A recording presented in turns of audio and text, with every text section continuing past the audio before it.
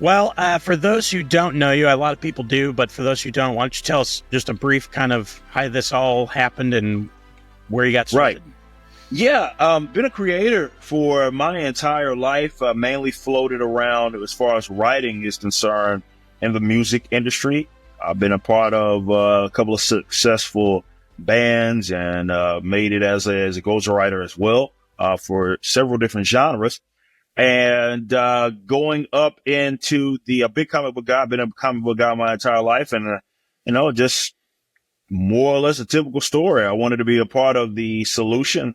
I used to gripe a lot, people that watch me on YouTube, about like the state of the industry in various ways. And I figure, I got a little capital that I've saved up. I've also, again, this is something that I really wanted to do. If I was going to do it, I wanted to do it right.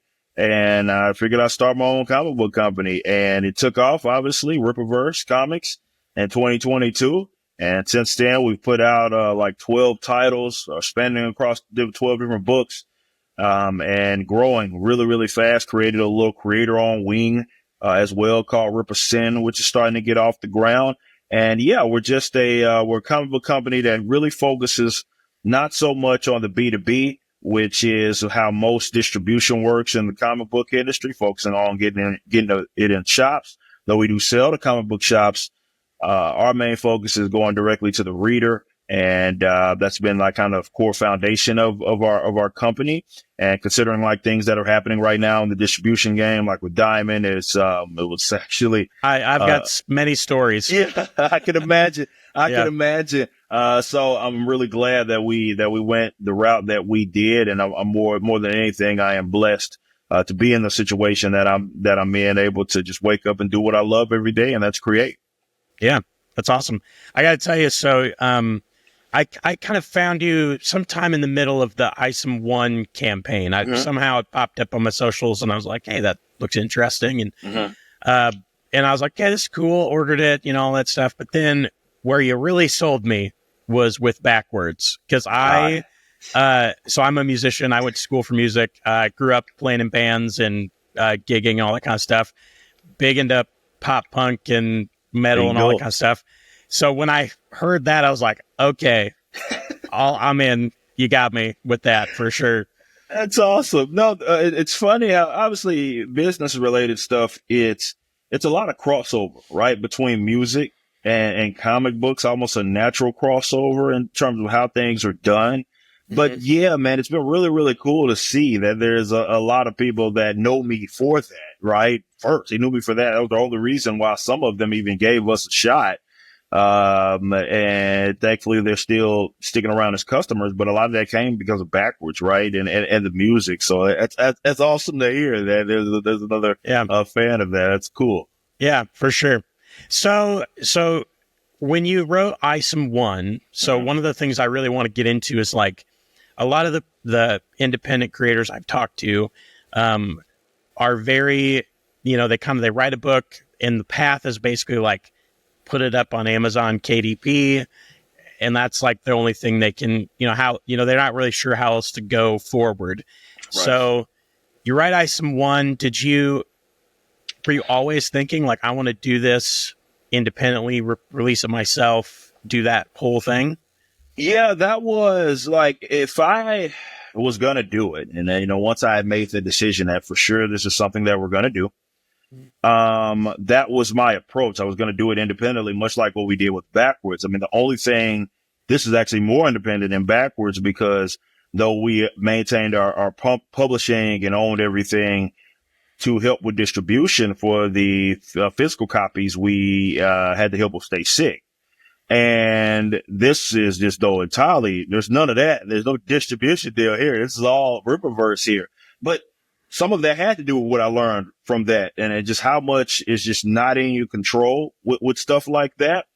And yeah, I wanted to do it independently, and there were a lot of people. I mean, and I don't think I'm saying that to knock them. I just think that for a while there, or for a long time, the industry only knew one or two ways, man. And one of those were obviously handing that element of it off to someone else.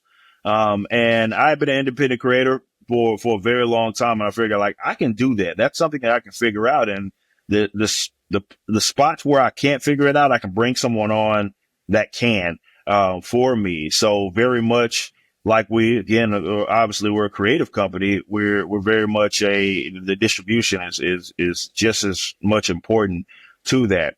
So that was something that we wanted to do initially, and we wanted to do before I even really started the company. I was like, if I'm going to do it, I'm going to do it right. And if we're going to fail, it's going to be on our own terms. And it was no guarantee by any means. Obviously, nobody owes you their money, right? Mm-hmm. So just because I had these big aspirations doesn't mean much if we're putting out something that the audience didn't want or they rejected. So thanks to them and our lovely customers, they loved the way that we did things. And it also, just as far as trying to improve our model, because everything is in our control, we can pivot.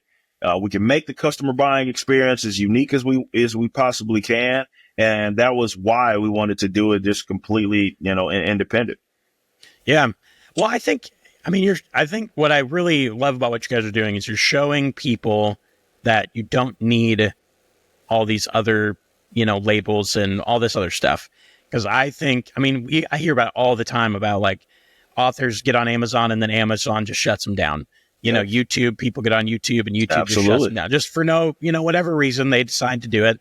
And I think we just live in a world now where it's like, you just don't have to. It may be harder. Maybe it's, it's a lot of work. I mean, you guys are working hard, but every day it's worth it, because no one can take it away from you. You know what I mean? And that is the beautiful part of this. And that's what I was kind of alluding to when I talk about like failing kind of on our own terms. So if it didn't work out, it would have been on us, and I can live with that. I can live with, all right, well, I gave it a shot. It didn't work out. Again, thankfully it did, but there was certainly no guarantees. But yeah, you bring up a fantastic point. I mean, going into, again, what's happening right now with Diamond, and like what you talked about with these various platforms, and they can just like that. And whether it's a mistake or not, a lot of that all it takes is a day to just really ruin your momentum. Maybe you had eyes that given second, and they decided either their AI or whatever caught something and they decided to take it off, and then it takes a little bit to try to get that result. Well, that could be the difference between a big successful project and like nothing. So for sure, I love that there's people trying to, not necessarily just trying to copy what we did or what we do, because we're not even necessarily reinventing the wheel here or not attempting to. The fact that people are giving it a shot to try to find an alternative way, and maybe it's not copying our model directly, but they're just trying to find an alternative way to do things on their own and house things that are more in their immediate control. And it's not just about, for sure they can deplatform you and all that. That's for sure a part of it. But it's also about making it unique for your customers and tailor making things for your customers. And just, we're always paying attention to like the chats that when we do our streams, we're sending out feedback and, or we have like those feedback, like loops, I guess, if you want to call them that, where our customer can buy something and then we hear back from them. Polls, we send those out. We have obviously our customer like relations department, and they're dealing with, all the customer service aspects, of it. And so people are giving us feedback like constantly. And what we can do is take that information and then make an adjustment. Like that's how stuff like the Rippaverse International, kind of like a little program that we have for Australia, Canada, and the UK. That's how stuff like that happens. That's how, we're trying to build this, like kind of unique. It's not necessarily unique. I know there's other guys like Big Bad Toy Store, for example. They do their little pile of loot thing where you can basically buy something and then delay the shipping. So you don't have to pay multiple times on shipping. We're looking to try to implement stuff like that. But when you're just working like with a platform and that's it, it's only one, you're kind of beholden to whatever their process is, right? So yeah, it's not even just about deplatforming. I know that's kind of a long, drawn out way to say that you can just make the customer buying like experience unique, get that direct feedback, and always improve when you do have that type of stuff in your immediate control. Yeah.